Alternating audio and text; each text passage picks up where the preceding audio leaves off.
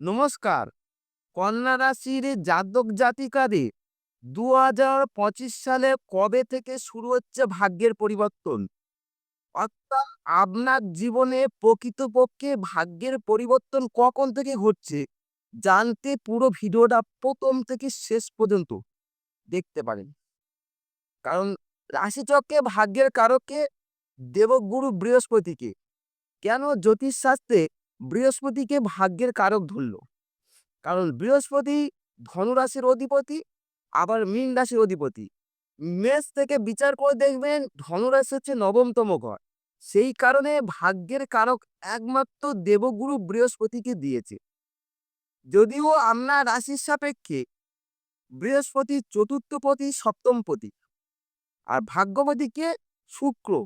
কিন্তু জোডিয়াকে যেহেতু বৃহস্পতিকে ভাগ্যের কারক দিয়েছে, কারক ঘর হিসেবে ধরা হয়েছে বা গ্রহ ধরা হয়েছে, সেই কারণে বৃহস্পতির সাপেক্ষে ২০২৫ সাল আপনার জীবনে কতটা পরিবর্তন আসছে, টোটালটাই আলোকপাত করব এই ভিডিওর মাধ্যমে।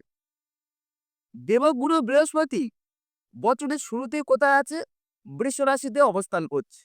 বৃষ রাশি মানে কি? আপনার রাশির সাপেক্ষে ভাগ্যস্থানে অবস্থান করছে, যা খুবই শুভ। বৃহস্পতির মতো শুভ গ্রহ যখন ভাগ্যস্থানে অবস্থান করে, তা খুব শুভ ফল দান করে। এই বৃহস্পতি আগামী ১৫ই মে ২০২৫ ঘর শিফট করবে। কোথায় যাচ্ছে? বৃষ থেকে সে যাবে মিথুন রাশিতে। কোথায় সে ঘরটা আপনার দশমতম। অর্থাৎ ১৫ই মে ২০২৫ রাত্রি ২:৩০ পর্যন্ত বৃহস্পতি থাকবে আপনার ভাগ্যস্থানে। ১৫ই মে রাত্রি ২:৩০ পর বৃহস্পতি আপনার ভাগ্যস্থান থেকে শিফট করে কর্মস্থানে প্রবেশ করবে। এই বৃহস্পতি ভাগ্যস্থান আর কর্মস্থানে এই যে দুটো ঘরে অবস্থান করবে এই বছরে, তা কি ফল দান করবে? আর বৃহস্পতি ৩টে দৃষ্টি রাখে। একটা হচ্ছে পঞ্চম, দ্বিতীয়টা সপ্তম, ৩ নম্বরটা হচ্ছে নবম। এই পঞ্চম, সপ্তম, নবম দৃষ্টি পড়ে বৃহস্পতি। এই বৃহস্পতি পঞ্চম, সপ্তম, নবম দৃষ্টি দ্বারা কোথায় পড়বে? নবম স্থান থেকে, আমার ভাগ্যস্থান থেকে এবং কর্মস্থান থেকে। এবার তার ফলে আপনি কি ফল পাবেন? টোটালটা অর্থাৎ বৃহস্পতির সাপেক্ষে টোটালটাই আমরা আলোকপাত করব। ২০২৫ সাল কবে থেকে ভাগ্যের পরিবর্তন হচ্ছে। তা ১ম এ আলোচনা করব বৃহস্পতি আপনার ভাগ্যস্থানে কি ফল দেবে। তারপর আলোচনা করব কর্মস্থানে কি ফল দেবে। ১৫ই মে পর্যন্ত বৃহস্পতি থাকছে আপনার ভাগ্যস্থানে। অর্থাৎ আপনি আগে থেকে যে ফলগুলো পেয়ে আসছেন বা আরো এই যে কয়েকটা মাস আছে বাকি, এই কয়েকটা মাস যে ফলগুলো পাবেন, সেটা হলো এই সময় আপনি নিজেকে সর্বদিক থেকে সৌভাগ্যশালী বলে মনে করতে পারেন। সর্বদিক থেকে সৌভাগ্যশালী বলে মনে করতে পারেন। এই সময় দেবগ্রহ যেহেতু ভাগ্যস্থানে আছে, তাই কন্যা রাশির জাতক জাতিকারা, যে সমস্ত জাতক জাতিকা গুরুগিরির সঙ্গে যুক্ত আছেন, গুরুগিরি করে খাচ্ছেন, কাজকর্মের সঙ্গে যুক্ত আছেন, সেই সমস্ত ব্যক্তিরা, এই কন্যা রাশি যারা আছে, তাদের ক্ষেত্রে এই সময় যথেষ্ট প্রতিষ্ঠা ও সৌভাগ্যশালী করবে। কারণ বৃহস্পতির মতো শুভ গ্রহ যখন ভাগ্যস্থানে থাকে, তখন তার একটা গুরুগিরি করে খাওয়ার একটা মানসিকতা তৈরি হয়। যে সমস্ত ব্যক্তি গুরুগিরির সঙ্গে যুক্ত আছেন, তাদের ক্ষেত্রে যথেষ্ট শুভ ফল দেবে আগামী ১৫ই মে ২০২৫ সাল পর্যন্ত। এছাড়া যারা ধার্মিক, ধর্মের সঙ্গে যুক্ত আছে, মন ধার্মিক তারা, তাদের ক্ষেত্রে ধর্মীয় ব্যাপারে হয় প্রত্যক্ষ বা পরোক্ষভাবে কোনরকম দিক থেকে আপনি লাভবান হবে।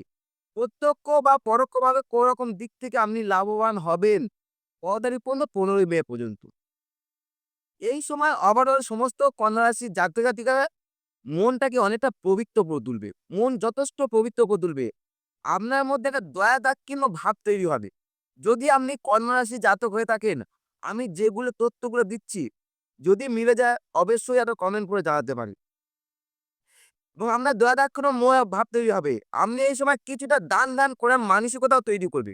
দান মানসিকতা আপনার তৈরি হবে আপনার। এবং দান করতে চাইবেন এমনকি। ভাগ্যস্থানে বৃহস্পতি, যা আপনাকে সুখে শান্তিতে থাকতে সাহায্য করবে।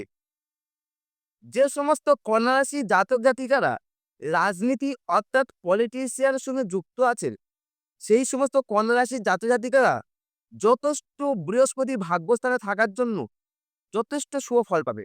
খুবই শুভ ফল পাবেন এবং আমরা ভাগ্যস্থানে বৃহস্পতি আপনার রাজনীতিতে অনেকটা আরো ঊর্ধ্বমুখী করে তুলবে। বৃহস্পতি বলেছে কি ৩ টে দৃষ্টি তি যে এক হচ্ছে পঞ্চম, সপ্তম, নবম। বৃহস্পতি ভাগ্যস্থানে আপনার যেহেতু অবস্থান করছে, তা পঞ্চম দৃষ্টি দ্বারা কোথায় দেখবে? আপনার রাশিকে দেখবে। যা রাশিকে বৃহস্পতি যখন দৃষ্টি পড়ে, তা খুবই শুভ ফলদায়ক হয়। অর্থাৎ বৃহস্পতির দৃষ্টি রাশিতে পড়ার জন্য পড়ার ফলে আপনার মধ্যে একটা সৌভাগ্য সূচনা করবে। সৌভাগ্য লাভ ঘটবে। এই সময় অর্থাৎ ১৫ই মে পর্যন্ত যদি কোনো বিপদ আসে, বিপদ-আপদ যাই আসুক না কেন, সেখান থেকে আপনি উদ্ধার হতে পারবেন। কারণ দেবগুরু বৃহস্পতির পঞ্চম দৃষ্টি দ্বারা আপনার রাশিকে দেখছে। বৃহস্পতি যখন রাশিতে দৃষ্টি পড়ে, তখন মানুষের মধ্যে একটা জ্ঞানের একটা পরিধি বৃদ্ধি ঘটে। অর্থাৎ ১৫ই মে পর্যন্ত আপনার মধ্যে একটা জ্ঞানের পরিধি বৃদ্ধি ঘটবে। আপনার মধ্যে বৃহস্পতি সপ্তম দৃষ্টি দ্বারা দেখছে কোথায়? আপনার ৩য় ভাবকে দেখছে, 3rd হাউসকে দেখছে। যা আপনার এই সময় কি হতে পারেন? একজন যথেষ্ট সামাজিক হবেন, সদালাপী হবেন ও শিষ্টাচারী হয়ে থাকবে। এছাড়া ভাতা, ভগ্নী, আত্মীয়, কুটুম্ব এই সংক্রান্ত ব্যাপারে আপনি যথেষ্ট আনন্দ লাভ করবেন। কখন পর্যন্ত? ১৫ই মে পর্যন্ত। এবং ১৫ মে পর্যন্ত আপনার মন অনেক আশাযুক্ত হবে এবং সতেজ ও প্রফুল্ল হয়ে থাকবে।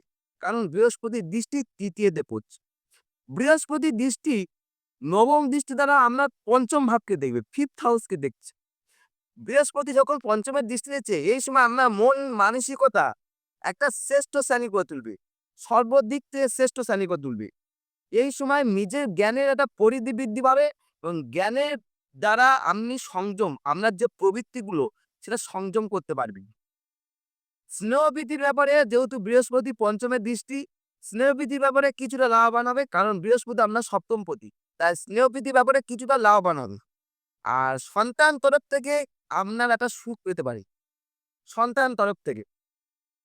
বৃহস্পতি এই যে নবম ঘরে আমি যে আলোচনা করলাম, এই নবম ঘর থেকে শিফট করে আপনার কর্মস্থানে যাবে। কখন যাচ্ছে? আগামী ১৫ই মে ২০২৫ রাত্রি ২:৩০ সময়। যখনই বৃহস্পতি ঘর শিফট করছে, আপনার ভাগ্যস্থান থেকে কর্মস্থানে চলে গেল, সঙ্গে, সঙ্গে আপনার জীবনে একটা আমূল পরিবর্তন আসবে। কি পরিবর্তন? এই সময় আপনার হতে পারে কোনো সম্মানজনক কাজে আপনি জীবিকা নির্বাহ করবেন। ১০ম বৃহস্পতি। আপনি যে কর্মের সঙ্গে যুক্ত আছেন, সেই কর্মে আপনার যথেষ্ট সুনাম পাবে। যথেষ্ট সুনাম পাবে।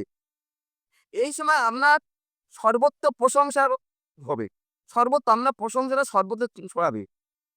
আপনি ১৫ই মের পর থেকে আপনার যে উন্নতিটা কোথায় থেকে আসবে আপনি বুঝতে পারবেন। উন্নতির যে সুযোগ সুবিধা যাবতীয় সব যেন আপনি আপনার এসে উপস্থিত হবে।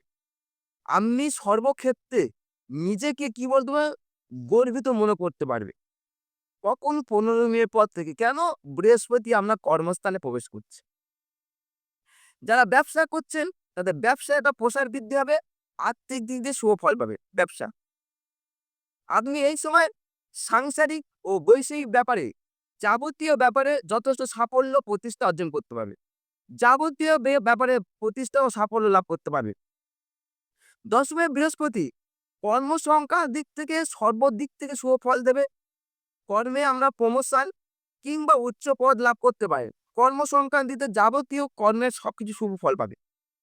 এছাড়া আপনি এই সময় কোনো সম্ভ্রান্ত ব্যক্তি একটা আনুকূল্যতা লাভ করতে পারবে। কখন? ১৫ই মে পর থেকে। বৃহস্পতি বলেছি আমি ৩টে দৃষ্টি।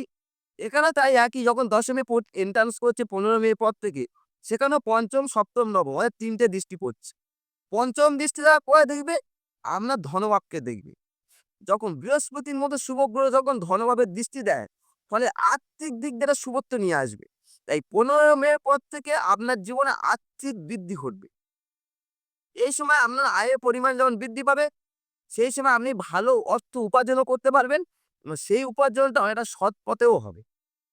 আগামী ১৫ মে পর থেকে মাঝে মধ্যে আপনার কিছু ফাটকা অর্থের যোগও তৈরি হবে ১৫ মে পর থেকে।